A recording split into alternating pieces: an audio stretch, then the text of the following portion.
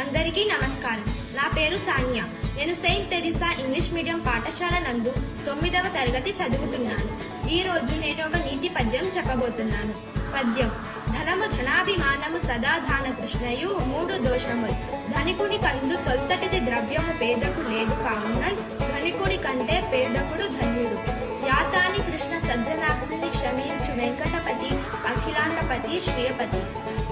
పద్యం యొక్క తాత్పర్యం: ఓ బ్రహ్మాండ నాథుడా లక్ష్మీపతి, ధనంపై అభిమానం, ఎల్లప్పుడూ ధనం సంపాదించాలనే ఈ మూడు కోరికలు ధనికుడికి ఉన్నాయి. కానీ పేదవాడికి ధనం ఉండదు.